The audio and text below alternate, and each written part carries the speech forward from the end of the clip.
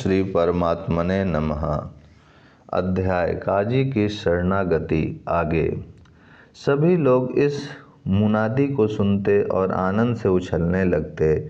सामूहिक कार्यों में एक प्रकार का स्वाभाविक जोश आ जाता है। उस जोश में सभी प्रकार के लोग एक अज्ञात शक्ति के कारण खींचे से चले आते हैं, जिनसे कभी किसी शुभ काम की आशा नहीं की जाती। वे भी जोश में आकर अपनी शक्ति से बहुत अधिक कार्य कर जाते हैं।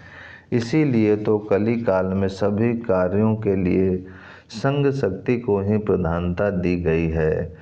नवद्वीप में ऐसा नगर कीर्तन पहले कभी हुआ ही नहीं था।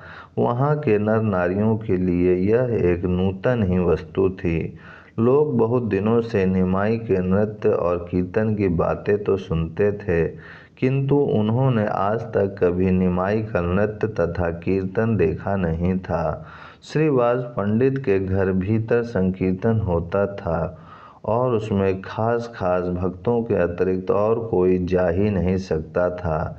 इसीलिए नगर निवासियों का कीर्तानंद देखने की इच्छा मन ही मन में दबी सी जाती थी। आज नगर कीर्तन की बात सुनकर सभी की दबी हुई इच्छाएं उभड़ पड़ी। लोग अपनी अपनी शक्ति के अनुसार संकीर्तन के स्वागत के निमित्त भांति भांति की तैयारियां करने लगे। कहावत है, खरबूजे को देखकर खरबूजा रंग बदलने लगता है। जब भगवत भक्त अपने अपने घरों को बंधनवार कदली स्तंभ और ध्वजा पताकाओं से सजाने लगे, तब उनके समीप रहने वाले शाक्त अथवा विभिन्न पंथ वाले लोग भी शोभा के लिए अपने अपने दरवाज़ों के सामने झंडियाँ और झंडे लगाने लगे, जिससे हमारे घर के कारण नगर की सजावट में बाधा ना पड़े। किसी जोशीले नए काम के लिए सभी लोगों के हृदयों में स्वाभाविक ही सहानुभूति उत्पन्न हो जाती है। उस कार्य की धूमधाम से तैयारियां होते देखकर विपक्षी भी उसमें सहयोग देने लगते हैं। उस समय उनके विरोधी भाव दूर हो जाते हैं, कारण कि उग्र विचारों का प्रभाव तो सभी प्रकार के लोगों के ऊपर पड़ता है। इसीलिए जो लोग अपनी नीच प्रकृति के कारण संकीर्तन तथा श्री गौरांग से अत्यंत ही द्वेष मानते थे, उन अकारण जलने वाले खल पुरुषों के घरों को छोड़कर सभी प्रकार के लोगों ने अपने अपने घरों को भली भांति सजाया। नगर के सुंदर सड़कों पर छिड़काव किया गया। स्थान स्थान पर धूप, गूगल आदि सुगंधित वस्तुएं जलाई गईं। सड़क के दोनों ओर भांति भांति की ध्वजाएं फहराई गईं। स्थान स्थान पर पताकाएं लटक रही थीं। सड़क के किनारे के 2 मंजिले 3 मंजिले मकान लाल, पीली, हरी, नीली आदि विविध प्रकार की रंगीन साड़ियों से सजाए गए थे।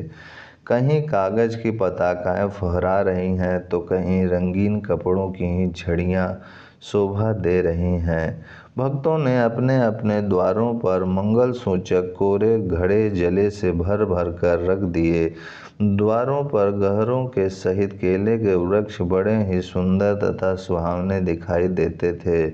लोगों का उत्साह इतना अधिक बढ़ गया था कि वे बार बार यही सोचते थे कि हम संकीर्तन के स्वागत के निमित्त क्या क्या कर डालें।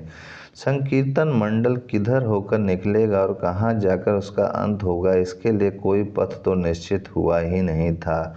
सभी अपनी अपनी भावना के अनुसार यही समझते थे कि हमारे द्वार की ओर संकीर्तन मंडल जरूर आवेगा। सभी का अनुमान था हमें संकीर्तनकारी भक्तों के स्वागत सत्कार करने का सौभाग्य अवश्य प्राप्त होगा। इसलिए वे महाप्रभु के सभी साथियों के स्वागतार्थ भांति भांति की सामग्रियां सजा सजा कर रखने लगे। इस प्रकार संपूर्ण नवद्वीप में चारों ओर आनंद ही आनंद छा गया। इतनी सजावट तैयारियां किसी महोत्सव पर अथवा किसी महाराज के आने पर भी नगर में नहीं होती थीं। चारों ओर धूमधाम मची हुई थी। भक्तों के हृदय मारे प्रेम के बांसुर उछल रहे थे। तैयारियां करते करते ही बात की बात में संध्या हो गई। महाप्रभु भी घर के भीतर संकीर्तन की तैयारियां कर रहे थे। उन्होंने विशेष विशेष भक्तों को बुलाकर नगर कीर्तन की सभी व्यवस्था समझा दी। कौन आगे रहेगा, कौन उसके पीछे रहेगा और कौन सबसे पीछे रहेगा, ये सभी बातें बता दी। किस संप्रदाय में कौन प्रधान नृत्यकारी होगा, इसकी भी व्यवस्था कर दी। ओम शांति शांति शांति।